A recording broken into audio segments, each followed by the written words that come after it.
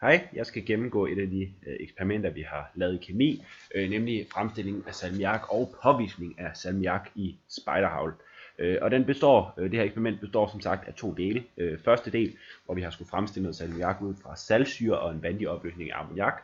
Og anden del, hvor vi har skulle undersøge, om spejderhavl indeholder salmiak ved at påvise de to ioner ammonium og klorid i den her opløsning af knuste spejderhavl. Men inden jeg går i gang med de to dele af eksperimentet her, der vil jeg lige hurtigt give lidt basisviden om selve salmiak.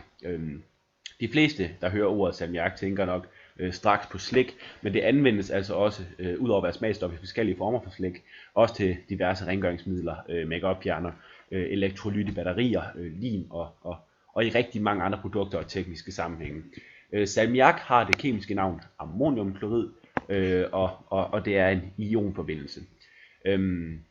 Og ammoniumklorid, det er, som det også ligger lidt i ordet, opbygget af to stoffer, to ioner, eftersom det er en ionforbindelse, nemlig ammonium, som vi ser her, NH4+, og klorid, Cl-.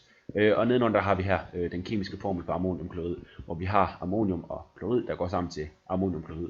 Og her forsvinder de forskellige ladninger så, fordi at det er en negativ og henholdsvis en positiv ladning, der så går ud med hinanden. Ja, og nu har vi så lige første del af det her eksperiment, fremstilling af salmiak. Vi ved så, at salmiak det kan fremstilles ved den her sammenblanding af saltsyre og den her vandige opløsning af ammoniak.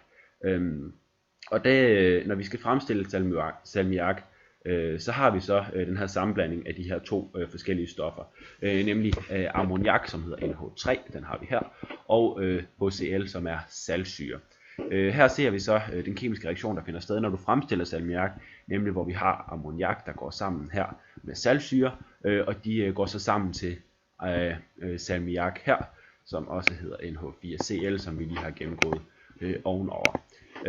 Og når du fremstiller ammoniumklorid, eller salmiak, som det også hedder, så er det vigtigt, at de anvender de her ækvivalente mængder af saltsyre og ammoniak. Og når vi så måler pH i den her opløsning, så ser vi, at den ligger på 5. Og vi ved ud fra vores basisviden om syre og baser og pH-skalaen, at alt under 7 på pH-skalaen, det er surt, det er en syre, og alt over 7 er en base. Så når vi måler pH til 5, så ved vi så, at den er svagt sur. Og det skyldes sådan set, at de to stoffer, som ammoniumklorid består af, nemlig klorid og ammonium, det er henholdsvis en svag syre og en meget svag base. Og det er klorid, der er en meget svag base, og ammonium, der er en svag syre. Og grunden til, at vi så får en svag sur opløsning, det er, at klorid, som er en meget svag base, ikke vil være i stand til at kunne optage 100% af de hydroner, der bliver afgivet af den svage syre ammonium. Og det vil derfor resultere i en svag blanding. Ja. Så har vi så lige fremgangsmåden her. Jeg vil ikke lige gennemgå den slavisk, da jeg ikke har så meget tid. Men det er sådan set, at vi har taget det her 250 ml bærglas, og så har vi blandet noget ammoniakvand og noget saltsyre sammen og rørt rundt med en spatel, og så har vi så haft målt det her bærglas før vi hældte de to stoffer i, og efter, så vi havde noget at regne ud fra til efterbehandling for at finde ud af, om vi kan fremstille salmiak. Det første vi skulle gøre, efter vi havde fået de her målinger med masser af bærglas før og masser af bærglas efter, var at vi skulle beregne det praktiske udbytte af salmiak. Og det synes jeg er meget nemt, eftersom vi bare tager massen af bærglas før og trækker fra massen af bærglas efter. Og det er de to tal, vi har at gøre med her, før og efter her. Og dem trækker vi så fra hinanden og får et praktisk udbytte på 5,67 gram. Efterfølgende der har vi så skulle udregne det teoretiske udbytte af salmiak, for ligesom at have noget at sammenligne med og se på en eventuel afvigelse. Og ja, der er en afvigelse, det har der været det er rigtig svært at ramme 100%, hvis ikke næsten umuligt for os amatører at ramme en 100% præcision her. Så vi har haft en afvigelse. Den har dog ikke været så stor. Vi har fået beregnet det teoretiske udbytte af salmiak til at være 5,35 gram. Og eftersom vi havde et praktisk udbytte på 5,67 gram, så er det faktisk ikke så langt fra, så det er super godt gået. Men der er andre, og man kan simpelthen have fået en afvigelse, der har gjort resultatet for højt. Altså vi har haft et alt for højt praktisk udbytte. Og det kan skyldes, at man har puttet for meget syre i blandingen, eller at man ikke simpelthen har fået fordampet en tilstrækkelig mængde vand.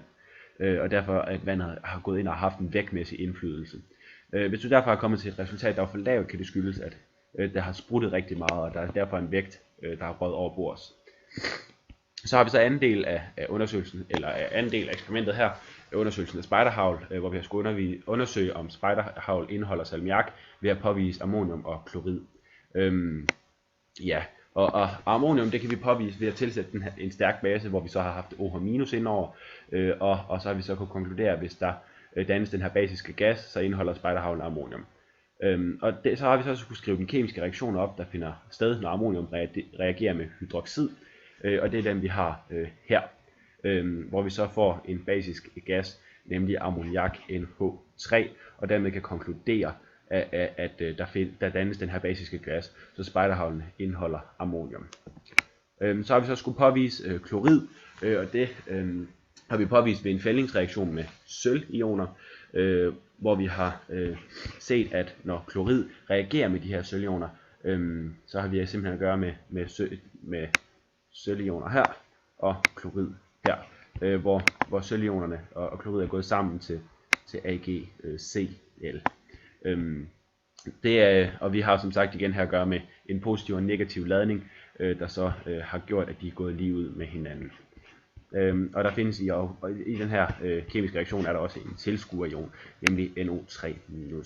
Så har vi så undersøgelsen af spejderhagl her, hvor vi har lagt de her 3 spejderhagl ned i en tør morter og slået det i stykker med pistillen. Så har vi tilsat noget demineraliseret vand, og så har vi fundet ud af, om der er bundfald eller ej.